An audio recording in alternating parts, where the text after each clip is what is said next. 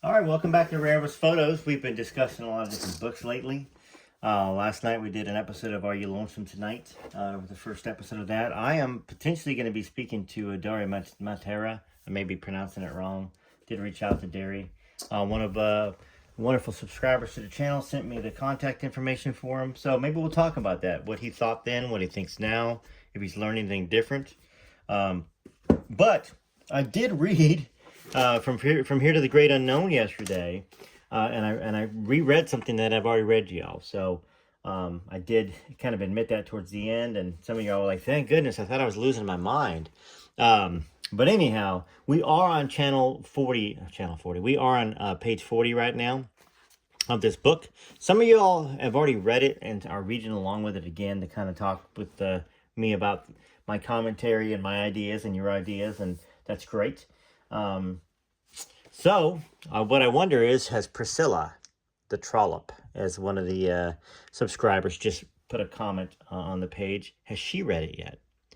And so let's go. I was supposed to go back to LA because I was about to start school.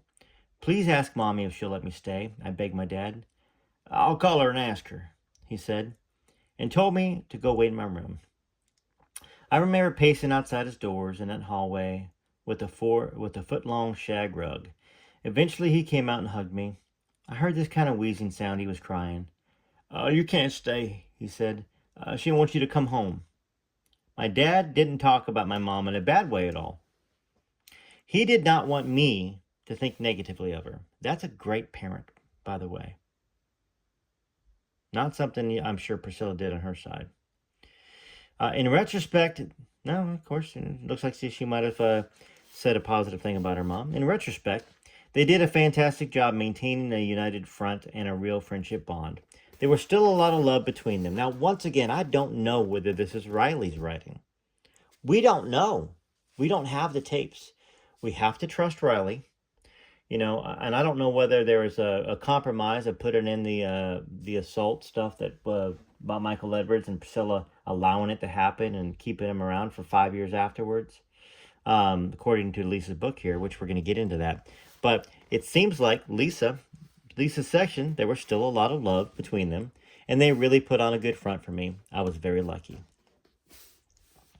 So, got to read it as it reads, even if I might potentially have a different idea on it. So, he didn't want her to look bad, but he was very, very sad. He pulled himself together and said, you know, your mama's right. You have to go back because you need to start school and she needs to get you ready. I don't want you to go, you know that, but your mama's right. It's the right thing to do. The wheezing sound never left me. Him crying and trying not to let me know it. It showed how much he loved me. But I wasn't crazy about my scenario. In school once, I picked up a book about Japan. Everything was so beautiful there, the architecture, the ponds, and I remember wishing that I could live there. Not that I was ungrateful, but I was lonely in LA. I wasn't alone, but I was very lonely. I didn't have a lot of friends, so I just stared at that book, wanting to live in the picture somehow. So far away. Another world, another place, another time.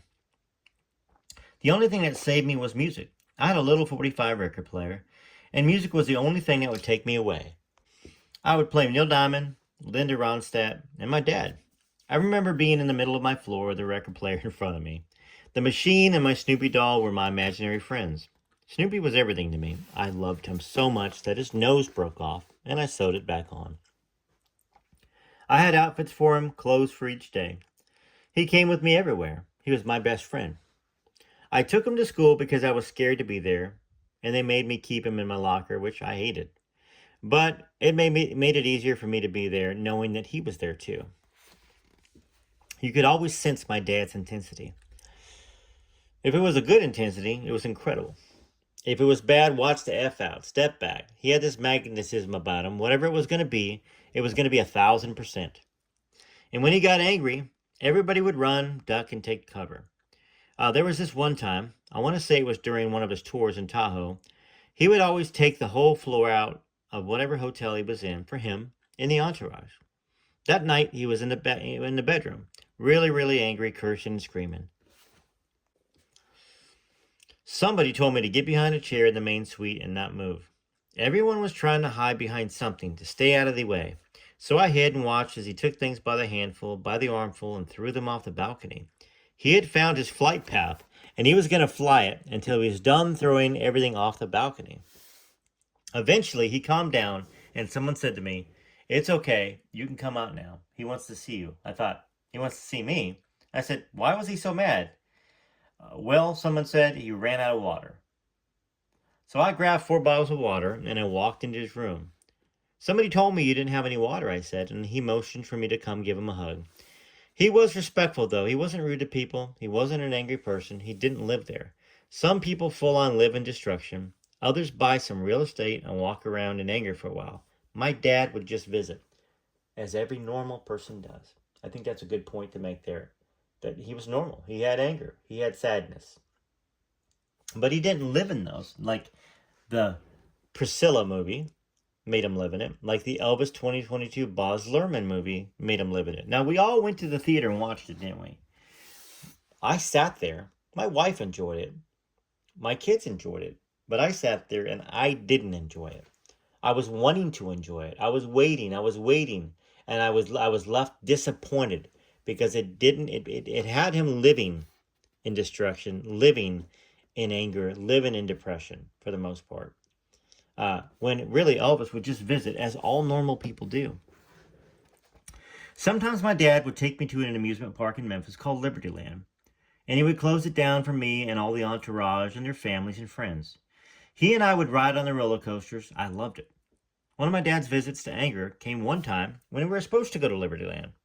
I had invited all my friends, but when I went upstairs the night before, I could hear the wrong kind of tone. This baritone sound, the wrong kind of intensity. I went to my room and I could hear loud, crashing sounds. He was yelling his head off at somebody. I could hear him saying that we weren't going to Libertyland the next day, and I was devastated. I found out later that he had run out of something again, and he needed to get it before we went. Either that or they wouldn't give it to him. So he hit the roof and called about 10 different doctors and nurses until he found someone who would give him a fix. I don't know whether that's Lisa's language. I don't think it is. I think that's Riley's language. Would Lisa, from what we know, say, "Give him a fix"? This is the problem with this book. And also, things to talk about. These aren't word for word Lisa's words. And that can cause a lot of danger to a reputation. So, leave a comment about that. Did Lisa say, exactly, so he hit the roof and called about 10 different doctors and nurses until he found someone who would give him a fix? I hope I see a lot of comments about this section because I think it's important. That's, like I said, I mean, some people are annoyed and sick of me talking about Priscilla, but they're happy I'm defending Elvis. The reason why there's videos out there about Priscilla every day is because putting Priscilla in a certain light that we all feel, and her actions and her words and things that she supported, is defending Elvis. Because without that, I mean, all of us defend Elvis. We love Elvis. But if we can't get to the rest of the people that are out there to see how things can get skewed, then we're not really truly defending them. We're just agreeing with each other and talking to each other and not making a difference. All right, so I remember sitting next to him on the roller coaster that day, just zipping, pipping. Okay, wait, so once the nurse or doctor had administered whatever it was needed, he was fine, and we went to Libertyland. So here, maybe why they weren't going to go without that. Maybe his body couldn't take it. His body needed to not feel pain, to go do those coasters, to do all this stuff, to enjoy it, to be with his little girl. And I don't know whether or not Lisa would have understood that or Riley, but I can see it in a common sense way. He's not going to not go to Libertyland and punish his little daughter because he can't get medication. He would only do it so he wouldn't be in pain, so he could enjoy it, so he wouldn't ruin her time. He didn't say it to her, "We're not going to Libertyland." He said it to somebody else. And probably upset that he needed it to go there or he couldn't do it. So anyways, let's talk about that. I hope there's a lot of comments on that. So I remember sitting next to him on the roller coaster that day, the zippin' pippin', keeping one eye ahead on the ride, and the other on his gun in his holster, which was on my side. Unless you knew or understood him, that sounds terrible. I know. You might think that he was crazy carrying a piece with his daughter sitting next to him, but he was just from the South. It was just really funny. So we rode and rode. That was about a week before he died. There you go. A week before he died. Do you think he wasn't in pain? His intestines, all that stuff stopped up? Whoever wrote that is out of their mind. I like Riley, but if she wrote that, Riley, you are out of your mind.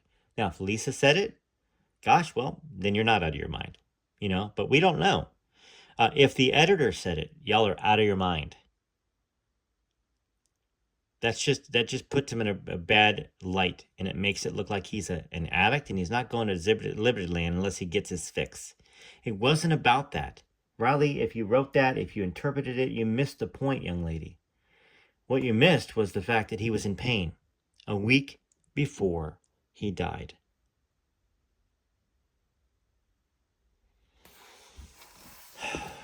All right, chapter 2. He's gone. Actually, this is going to be the next section. Right now, I'm a bit upset about this. I'm going to put this video out. I'll probably do another episode later today or this evening on this because wonderful book. I mean, I'm hoping that we're really getting an accurate picture of Lisa and not just edited up and hacked like that. That bothers me. It really bothers me.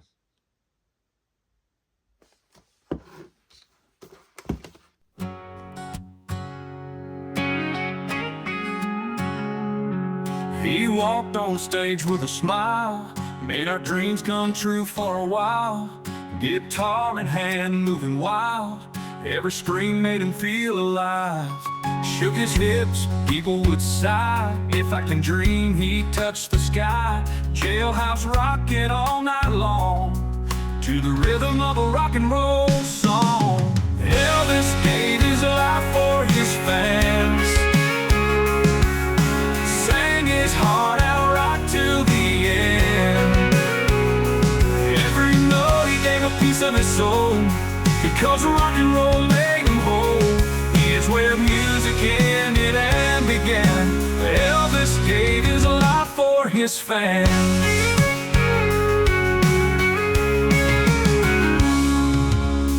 Long nights on the road, legends told, stories unfold. From Graceland to the crowd, he played every song loud and proud. Elvis gave his life for his fans, sang his heart out right to the end. Every note he gave a piece of his soul, because rock and roll made him whole. Here's where music ended and began. Elvis gave his life for his fans.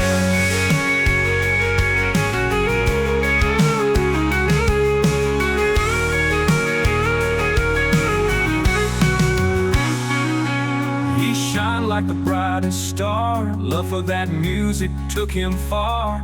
Echoes of his voice still live on in every one of his songs. Elvis gave his life for his fans, sang his heart out right till the end. Every note he gave a piece of his soul, because rock and roll made him whole. Here's where music ended and began. Elvis gave his life for his fans. Here's where all music ended and began. Elvis gave his life for his fans.